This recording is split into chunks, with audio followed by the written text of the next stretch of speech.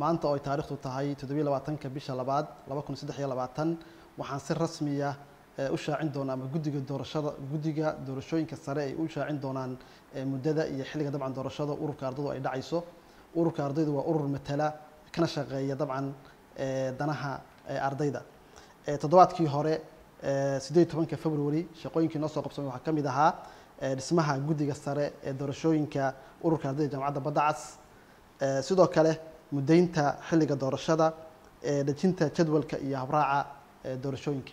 toddobaadkan 27 February ku dhawaaqista xilliga doorashada iyo jadwalkeeda bilaabashada qabashada araajida ururada u tartamaya dabcan waxa weeyaan ururka ardayda iyo sidoo kale xildhibaanada.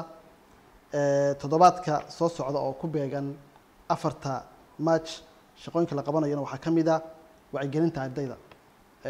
in ardayda lagu wacyigeliyo habraaca doorashadu qaabka u soconayso iyo qaabka u dhacayso. sidoo kale qabashada xubnaha xildhibaanada. toddobaadka kale ku sii xiga toddobaadka afraad 11 March shaqooyinka in la qabanayo waxaa ka mid ah ku dhawaaqista natiijada doorashada xildhibaanada iyo xisbiyada soo baxay. sidoo kale 16 bisha saddexaad iyana waxaa loo dareeri doonaa maalin khamiis ku beegan waxaa loo dareeri doonaa doorashadii guddoonka ururka ardayda.